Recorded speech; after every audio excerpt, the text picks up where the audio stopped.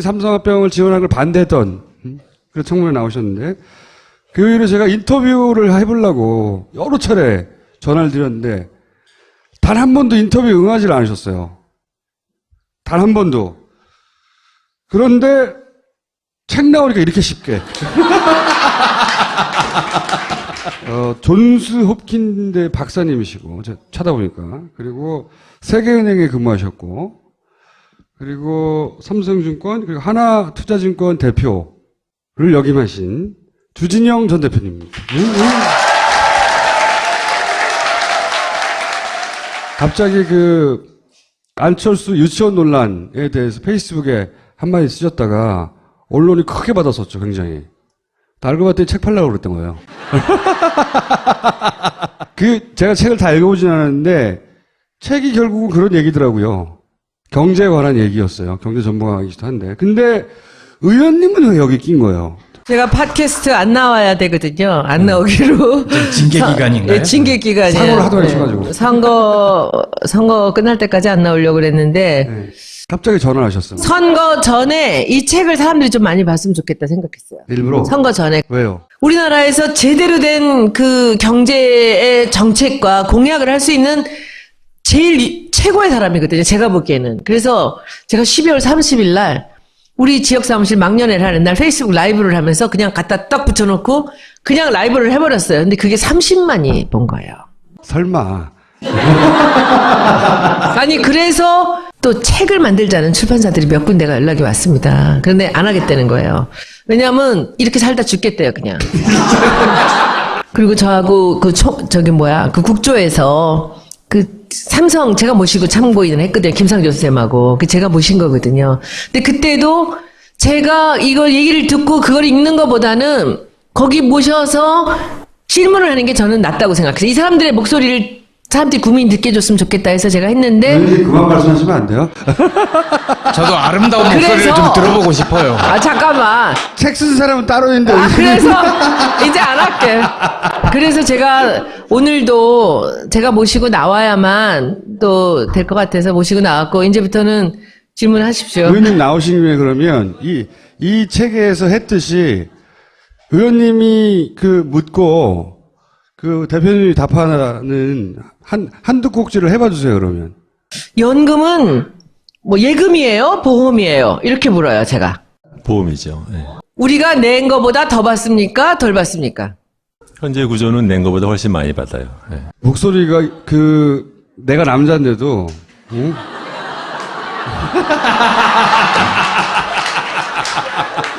그럼 나도 앞으로 이런 식으로.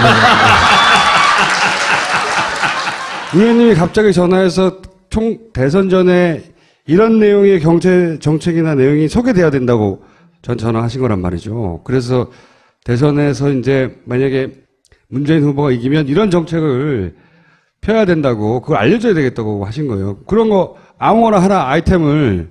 이제 원청과 하청이라는 말이 뭔지는 아시잖아요. 그렇죠? 근데 사실은 우리나라 사회를 오랫동안 보면서 아주 독특한 현상이 있는데 이거를 뭐라고 표현을 하는 것이 사람들한테 이해하기가 좋을까를 이제 오랫동안 생각을 해봤는데 그 과정에서 원청과 하청이라는 그 표현을 쓰는 것이 굉장히 효과적이다 생각을 하게 됐어요. 뭐냐면은 우리나라 이렇게 돌아가는 현상을 가만히 보면은 사실은 굉장히 많은 부분이 밑바닥에 조선시대의 반상사회, 신분사회 그 의식이 굉장히 큰 역할을 한다고 저는 생각을 해요. 근데 그것을 딱히 현대사회적인 표현으로서 말을 하기는 어렵잖아요. 근데 87년 이후에 기껏 민주화됐다고 하니까 그것을 통해서 원래 갖고 있었던 독과점 체제에다가 나머지 전문직과 대기업 노조들이 말하자면 붙으면서 사회가 천천히 이분화되는 거예요. 근데 그 이분화되는 것이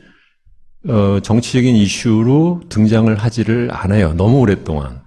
그리고 그 와중에서 하층에 속하는 사람, 목소리를 대변하는 사람들은 거의 없고 사실은 정당에서 여당, 야당이라고 하지만 사실은 많은 부분이 원청 내에서의 자기들끼리의 얘기를 하는 그 논란이 줄을 이룬다. 그런 느낌이 많이 들어서 그래서 한국 사회는 점점점 어떻게 보면은 그동안에 눌렸던 이제 독재에 의해서 눌렸던 것이 그다음에는 김영삼 정부 때 노태우 정부 때 일방적으로 이제 그 금융을 통해서 부실 기업을 양산하던 것. 근데 그것을 할 수 없게 되고 나서는 IMF 위기 이후에는 이제 많은 사람들은 그걸 신자유주의에 의해서 우리나라가 소득이 양극화된다고 하는데 저는 그렇게 생각하지 않고 원래부터 갖고 있었던 그러한 그 반상 사회, 신문 사회적인 그런 의식이 이러한 양극화를 갖다 그대로 남도록 또는 그것을 더 강화하는 쪽으로 흘러간다. 그런 생각을 했던 거죠. 쉽게 말하면 같은 일을 하는데 원청회사에서 일하는 사람하고 하청회사에서 일하는 사람하고 임금이 다른 거예요. 그러면은 그 하청에서 싼 임금으로 갖고 가서 원청에서 많은 이익을 붙여서 파는 거죠. 그러니까 계속 갈라져 있는 거죠, 이것이. 그 얘기가 굉장히 감동이었고, 실제로 책이 나간 다음에 제일 인기가 있는 거는 직장 민주화 얘기입니다. 직장 민주화도 어떻게 보면은 그런 문제예요. 제가 직장을 다니면서 이렇게 보면 우리나라가 빠른 속도로 경제 발전을 했기 때문에 어떻게 보면은 옛날 시대에 교육을 받은 사람들의 생산성이 사실 굉장히 떨어져요.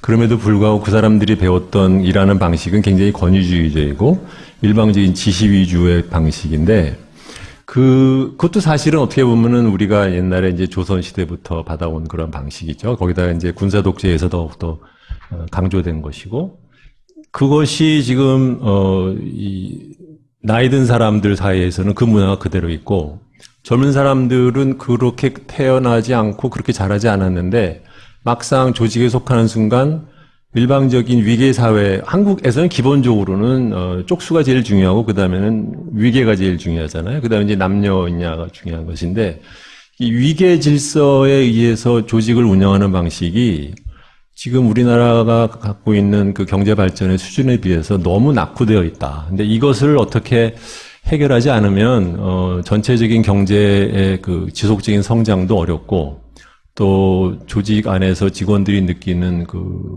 사람들이 느끼는 직장에 대한 불만 같은 거, 불행감 같은 거 그것도 해결하기 어렵겠다. 그런 생각들을 많이 했었어요. 근데 그래서 우연치 않게 한 1년쯤 전에 집에서 그냥 아침에 아내랑 얘기를 하다가 그 얘기에 영감을 받아서 그 페이스북에다가 글을 썼는데 그게 순식간에 막 수만 명이 봤더라고요. 그래서 저도 놀랐어요. 사실은요. 사람들이 그렇게 그 얘기에 그만한 반응을 보일 줄 몰랐는데 방금 이제 손 선배가 말씀하시듯이 책에서도 거기에 대해서 사람들이 반응을 꽤 보이는 것 같아요. 자기 얘기니까. 네.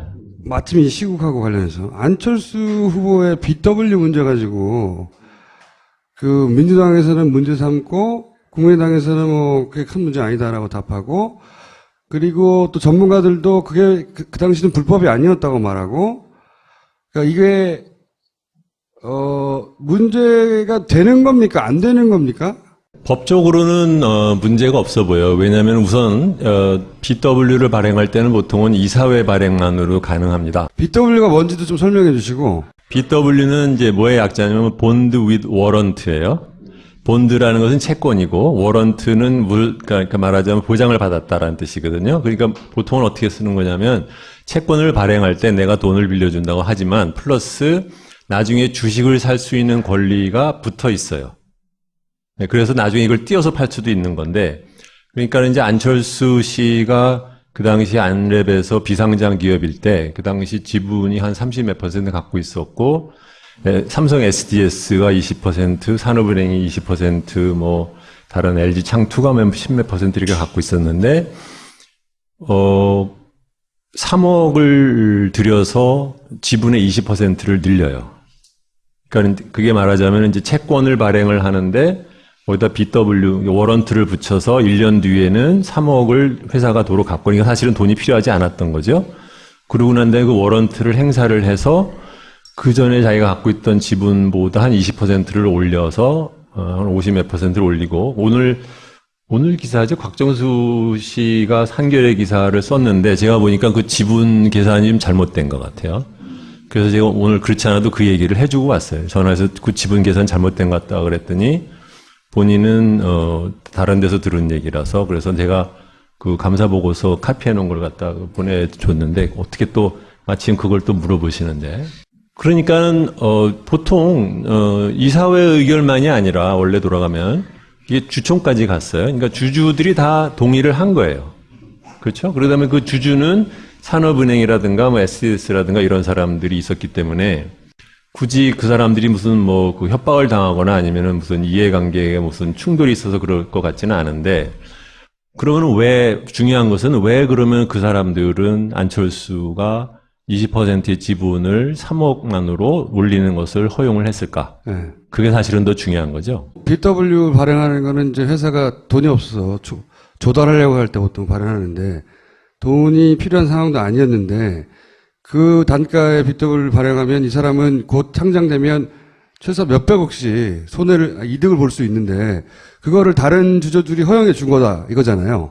근데 그렇게 된 이유는 보통 재벌 대개는 2세들이 그런 편법을 많이 쓰지 근데 않나요? 이거는 편법은 아닌 것 같아요. 뭐냐면 이런 게 있어요. 그러니까는 비상장 회사로 이제 운영을 하는데 그 당시 안랩에서는 안철수가 꾸준하게 이 회사에 있는다라는 것이 굉장히 투자자 입장에서도 중요한 문제잖아요. 그런데 그 당시 안철수 씨의 지분이 30몇 %다.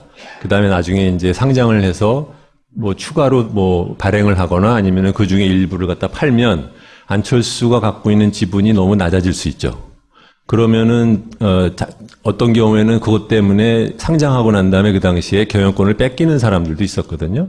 그러니까는 그것을 나는 원하지 않는다. 그러니까 성장하고 싶으면 내 지분을 확실하게 더 늘려달라고 요구를 했고, 나머지 주주들은 아무로나 나는 큰 돈을 벌 거니까는 뭐 걔도 벌고 나도 버는 것이 나쁘진 않겠다 해서 같이 동의는 해줄 수는 있었어요. 그 BW를 발행할 애초에 목적은 아닌데 그걸 발행해서 상징적인 대주주가 자기 지분을 지키고 돈도 벌 기회를 허용해 준 거죠. 그런 거예요. 그래서 그 덕분에 안철수 후보가 가지고 있는 지금의 재산의 거의 대부분이 그때 얻어낸 이득이 바탕이 된 거거든요. 근데 그때 700억인가 뭐 800억인가 하여튼 엄청난 돈을 벌었어요. 그 덕분에. 근데 그걸 지금에 와서 문제 삼는 이유는 뭡니까 그러면? 그때 당시에는 그것이 합법이었는데 지금에 와서 다시 문제 삼는 이유는 뭐예요, 그러면? 근데 말하자면 그게 안철수 씨가 돈을 벌게 된 가장 중요한 계기인데 그것이 어떠한 과정에 나머지 주주들 사이에 어떠한 양해와 합의와 논의 끝에 된 것인지에 대해서는 전혀 알려진 게 없거든요.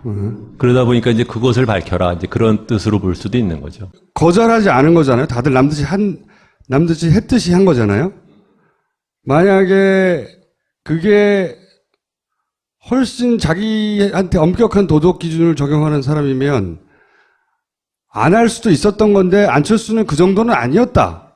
그러니까 그냥 소위 당시 흔한 자본가 정도지 안철수 후보가 우리가 생각하듯이 유난하게 깨끗하고 그런 사람은 아니다. 이런 공격인가요? 저는 한 번도 안철수가 다른 사람보다 이렇게 유난하게 깨끗한다고 생각해 본 적이 없기 때문에 그게 이렇게 대단한 이슈가 된다고 생각합니다. 그러니까 불법했지 이거라기보다는 뭐 딱히 깨끗하지 않구만 니도 이 정도 공격인가 혹은 당신이 주장하듯이 무슨 새정치나 뭐 자본의 논리를 뛰어넘는 무슨 아주 훌륭한 지도자나 그렇지 않죠. 자본의 논리에 가장 충실한 딜을 한 거예요. 뭐냐면은 내가 그 회사에서 갖고 있는 그 위치, 브랜드라는 것을 최대한으로 이용을 해서 나머지 주주들한테 말하자면 내놔. 너도 돈 버니까 내가 좀 챙기게 좀 너도 좀 손 좀 들어. 근데 뭐 서로가 이해관계에서 특별하게 나쁘지 않으니까 그러니까 그렇게 간 거죠. 돈의 관점에서는 자연스럽다. 그렇죠. 네, 그렇게 합니다. 왜냐하면 그런 일은 그 당시 한참 코스닥 딜로 할 때 거의 뭐 그 패키지처럼 미리 찍은 것처럼 그것만 갖고 돌아다니면서 컨설팅하는 사람들이 엄청 많았어요. 그러니까 아주 흔히들 하던 일이었고 흔히 하던 일이기 때문에 꼭 뭐 잘된 거다 잘한 거란 뜻은 아니지만 그렇다고 해서 나머지 대주주들이 반대하지 않은 것을 갖고 뭐라고 한다는 것도 좀 이상한 거죠. 네. 그 당시에 라디오 스타인가요? 나왔을 때 마침 봤는데 그때 제 기억에는 그 사람이 마치 대단히 뭐 많은 지분을 직원들한테 준 것처럼 말을 했는데 사실은 그렇지가 않았어요. 뭐 2, 3%밖에 안 줬고 나머지는 다 자기 거 챙겼는데. 두 번째로는 사실 더 중요한 것은 안철수 재단을 만들고 출연을 했다고 하는데 안철수 재단이 무슨 일을 하는지 아는 사람이 있나요? 그렇잖아요. 지금 청계재단이랑 뭐가 달라? 근데 이상하게 이상하게도 그 문제를 들여다보는 사람은 없어요. 안철수 재단을 만들고 난 다음에 제가 알기로는 사무국장 하는 사람들이 거의 3개월에서 6개월마다 바뀌었어요, 계속. 중요한 얘기네. 근데, 그러고서 처음에는 뭐 한다라고 뭐, 위원회도 만들고, 저소득층 교육 지원. 뭐 한다고 했는데, 목적이 있었죠. 제가 왜 그걸 아냐면, 거기 그러니까 사회이사가 아니구나. 이사 중에 한 분이 저한테 부탁을 해서 자문위원회로 처음에 한번 간 적이 있었는데, 말도 안 되는 타표를 갖고 서너 번을 만났는데, 그때마다 사무국장이 바뀌는 거예요. 그래서 내가, 이 말도 안 되는 소리를 갖다 계속해서 이렇게 새로 하듯이 할 거면 그냥 관둬라라고 관뒀어요. 근데, 그 이후에 안철수 재단이 무슨 일을 한다는 건지 지금 5년, 7년 됐는데 아무도 모르잖아요. 근데 왜 그걸 아무도 왜 안 들여다봐요, 기자들은? 네, 들여다보겠습니다. 저도 두 가지 질문을 여쭤볼게요. 규제 프리존에 대해서 어떻게 생각하시는지. 또 하나는 네. 저도 페이스북 라이브를 한번 봤는데 별명이 공선생이시더라고요. 왜 주선생이 아니고 공선생이십니까? 공선생이라는 별명은 옛날에 한겨레 신문 논설 주관하시던 김선주 씨가 저랑 잘 아는데 그분이 저한테 붙여준 별명이세요. 네, 그래서 근데 네. 뭐 자꾸 아까도 지금 김어준 씨가 설명을 잘못하셨는데 제가 하기를 하지 않았어요. 그렇기 때문에 근데 사람들이 입에 익어가지고 자꾸 주박사 그러고 소년께서 자꾸 주박사라고 하시는데 박사님 아니세요? 네. 입에 익은 그 어투를 바꿔드리기 위해서 네. 그래서 공선생으로 불러주세요라고 얘기를 한 것이고 빌공짜인가요? 만들어주신 분은 그렇게 설명을 해요. 네. 규제 프리존은 굉장히 나쁜 법이에요. 왜냐하면 보세요. 그러니까 규제를 특정 지역별로 각 지자체장이 이 분야에 있어서는 나는 규제를 적용하지 않겠다라는 것에 대한 권한을 주는 거잖아요. 그러면은 전국적으로 우리가 만든 규제의 전체적인 일관성이라든가 안전성에 대한 담보는 건 누가 어떻게 할 거냐라는 그 안전장치가 전혀 없어요. 네. 두 번째로는 만약에 규제를 그렇게 풀어둘 것이 중요하다고 하면 그러면 그것은 정치인들이 중앙정부에서 거기서 해야지 어떻게 각자 알아서 해보라라는 쪽으로 가는 것은 굉장히 위험한 거거든요. 근데 세 번째로는 이건 여러분들도 아시겠지만 규제 프리존을 제일 푸시했던 데가 누구였느냐? 정경련이에요. 네. 네. 이승철인가? 그 사람, 그 부회장이라는 사람이 돌아다니면서 지자체장한테 도장 받아가지고 돈 돌아다니는 법인데, 근데 꼭 뭐 그 사람이 한다고 다 나쁜다라는 누구는 것은 어디, 누구는 아니겠지만, 어디. 예. 기업별로 그 규제를 풀어달라는 게 달라요. 그러니까 그것이 이거는 너무 눈 가리고 아웃. 보세요. 그러니까 대기업이 각 지자체장과 지자체의 의회를 자기가 원하는 분야만 살짝 골라서 따먹기 얼마나 좋은 거잖아요. 굉장히 위험한 것인데. 예를 들면 어느 지역에서 화장품을 만드는데 기능성 화장품에 대한 규제를 풀어달라는 거예요. 그러면 거기서 기능성 화장품은 표기가 굉장히 복잡합니다. 그럼 이것이 들어있지 않고 이 성분이 없어도 된다라는 그런 법이 거기서 생겨나면 그 화장품은 어디서 팔려요? 전국으로 팔리잖아요. 근데 지금 말하다 보니까 김어준 씨 눈이 지금 작아졌어요. 아니, 규제 프리존 법안은 대단히 중요하거든요. 네, 지금 중요하죠. 네. 두 유력한 후보 중에 한 명은 찬성하고 한 명은 반대하거든요. 그건 진짜 잘못된 법입니다. 안철수 후보를 저희보다는 어쨌든 그 동네에서 좀 가까이 보셨을 거 아니에요. 그 평가도 들어보기도 했을 것이고 또 증권 대표로서 바라보시기도 했을 것이고 그랬을 때 정치인 안철수까지 포함해서 어떻게 평가하세요? 여러 가지 종합적으로?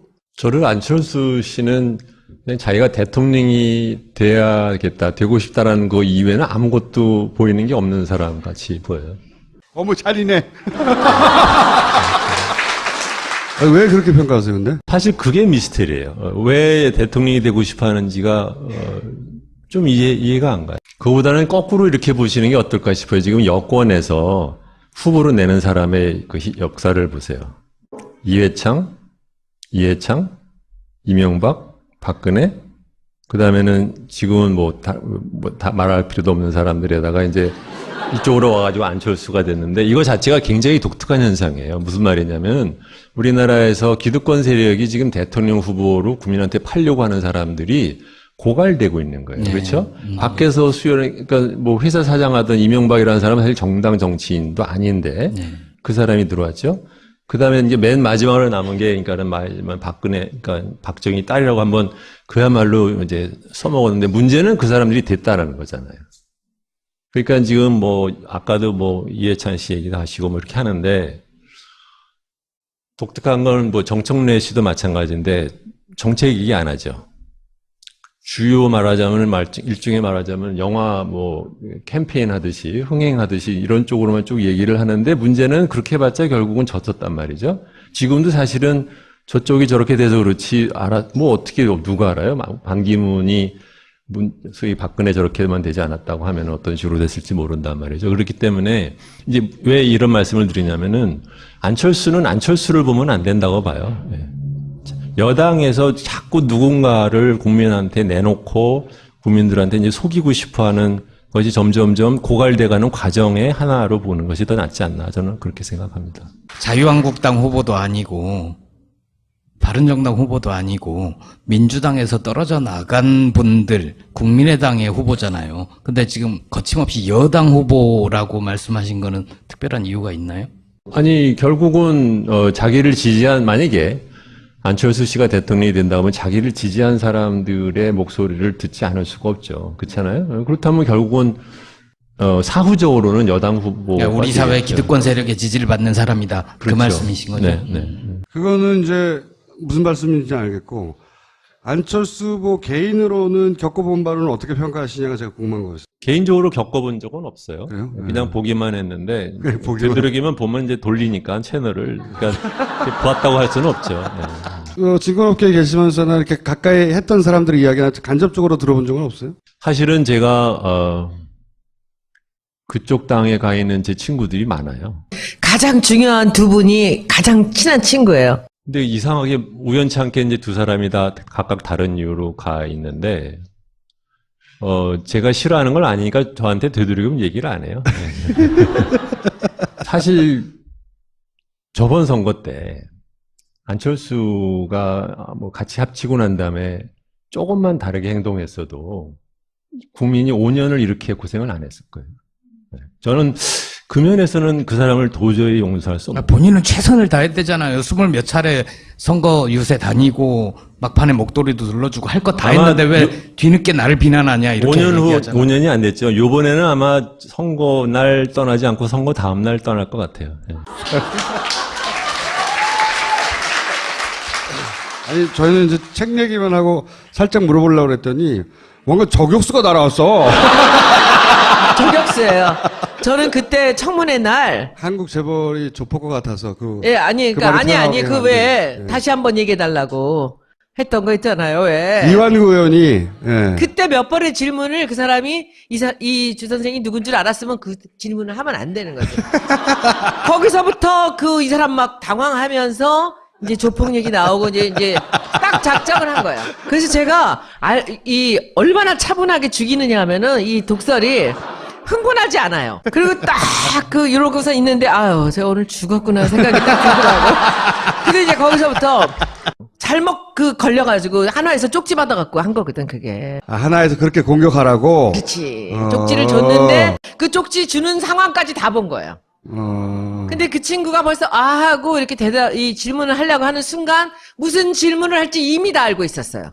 그리고 이제 준비를 딱 하고 팔을 탁 기대더니 얼굴이 더 싸늘해지면서 이제 그러면서 한국 재벌들이 조폭과 같다가 쭉 나온 답변이 나오고 그거 하나로 책까지 내신 거 아니에요 지금? 그리고 이 책을 그렇게 무리하게 낸 이유가 저는 대통령 후보가 되시는 분들이 이 책을 꼭 봤으면 좋겠어요. 그리고 이 얘기가 너무 좋잖아요. 사립 공립이 중요한 게 아니라 왜 사립하는 사람들한테 아부를 하느냐. 그리고 집 가까이에 좋은 유치원이 있으면 되는 거지. 아니, 이 페이스북 자체가 굉장히 크게 화제가 됐어요. 내용이. 당시에 안철수 후보가 한 발언이 뭐가 잘못인지 정확하게 바로 집어줘가지고 크게 화제가 됐고요. 인연이 되게 중요하거든요. 네. 누가 나를 이 자리에 데려왔는가. 근데 아까 말씀에는 김종인 의원이 같이 하자 해서 오셨다는 거 아니에요? 네. 김종인 의원 나갔잖아요. 네. 뭐 의원 중에 어떤 분은 따라 나가기도 했는데 제가 그럴 잡았어요. 생각은 전혀 없으셨나요? 명분이 중요하지 인연이 중요한 건 아니죠. 아니,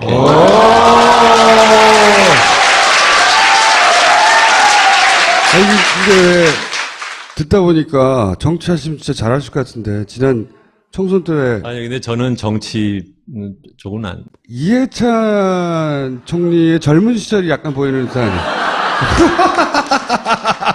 막 후드를 패는 거 말로.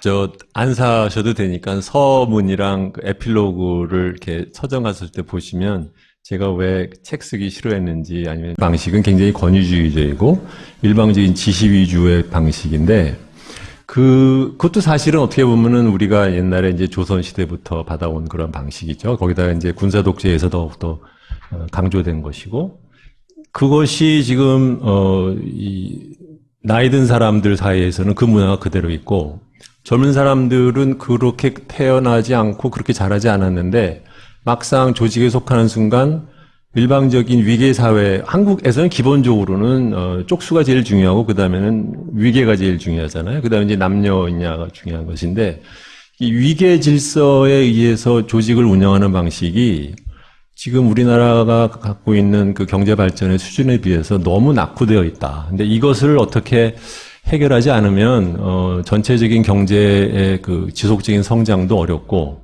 또 조직 안에서 직원들이 느끼는 그 사람들이 느끼는 직장에 대한 불만 같은 거, 불행감 같은 거 그것도 해결하기 어렵겠다. 그런 생각들을 많이 했었어요. 근데 그래서 우연치 않게 한 1년쯤 전에 집에서 그냥 아침에 아내랑 얘기를 하다가 그 얘기에 영감을 받아서 그 페이스북에다가 글을 썼는데 그게 순식간에 막 수만 명이 봤더라고요. 그래서 저도 놀랐어요. 사실은요. 사람들이 그렇게 그 얘기에 그만한 반응을 보일 줄 몰랐는데 방금 이제 손 선배가 말씀하시듯이 책에서도 거기에 대해서 사람들이 반응을 꽤 보이는 것 같아요. 자기 얘기니까. 네. 마침 이 시국하고 관련해서 안철수 후보의 BW 문제 가지고 그 민주당에서는 문제 삼고 국민의당에서는 뭐 그게 큰 문제 아니다라고 답하고 그리고 또 전문가들도 그게 그 당시는 불법이 아니었다고 말하고 그러니까 이게 문제가 되는 겁니까? 안 되는 겁니까? 법적으로는 문제가 없어 보여요. 왜냐하면 우선 BW를 발행할 때는 보통은 이사회 발행만으로 가능합니다. BW가 뭔지도 좀 설명해 주시고 BW 삼성화병을 지원하는 걸 반대했던 그런 청문회 나오셨는데 그 이후로 제가 인터뷰를 해보려고 여러 차례 전화를 드렸는데 단 한 번도 인터뷰에 응하지를 않으셨어요. 단 한 번도. 그런데 책 나오니까 이렇게 쉽게. 존스 홉킨대 박사님이시고 제가 찾아보니까 그리고 세계은행에 근무하셨고 그리고 삼성증권 그리고 하나투자증권 대표를 역임하신 주진영 전 대표님입니다. 갑자기 그 안철수 유치원 논란에 대해서 페이스북에 한마디 쓰셨다가 언론이 크게 받았었죠, 굉장히. 알고 봤더니 책 팔려고 그랬던 거예요. 제가 책을 다 읽어보진 않았는데, 책이 결국은 그런 얘기더라고요. 경제에 관한 얘기였어요. 경제 전문가이기도 한데. 근데, 의원님은 왜 여기 낀 거예요? 제가 팟캐스트 안 나와야 되거든요. 안 나오기로. 징계 기간인가요? 예, 징계 기간이에요. 사고를 하도 해주셔가지고. 선거 끝날 때까지 안 나오려고 그랬는데, 네. 갑자기 전화를 하셨어요. 선거 전에 이 책을 사람들이 좀 많이 봤으면 좋겠다 생각했어요. 일부러? 선거 전에. 왜요? 우리나라에서 제대로 된 그 경제의 정책과 공약을 할 수 있는 제일 최고의 사람이거든요. 제가 보기에는. 그래서 제가 12월 30일 날 우리 지역 사무실 막년회를 하는 날 페이스북 라이브를 하면서 그냥 갖다 딱 붙여놓고 그냥 라이브를 해버렸어요. 근데 그게 30만이 본 거예요.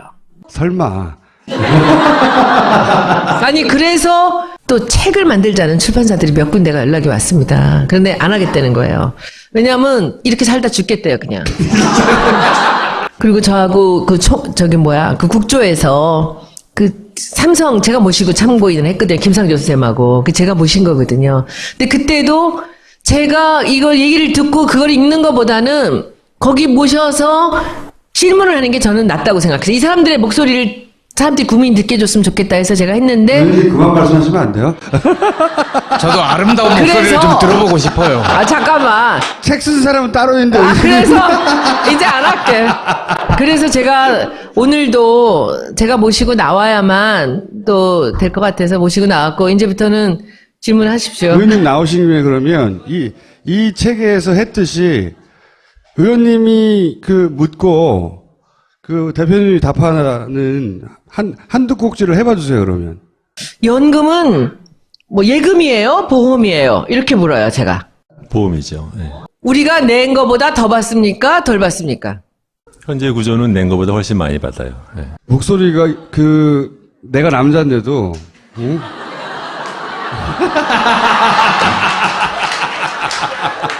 그럼 나도 앞으로 이런 식으로.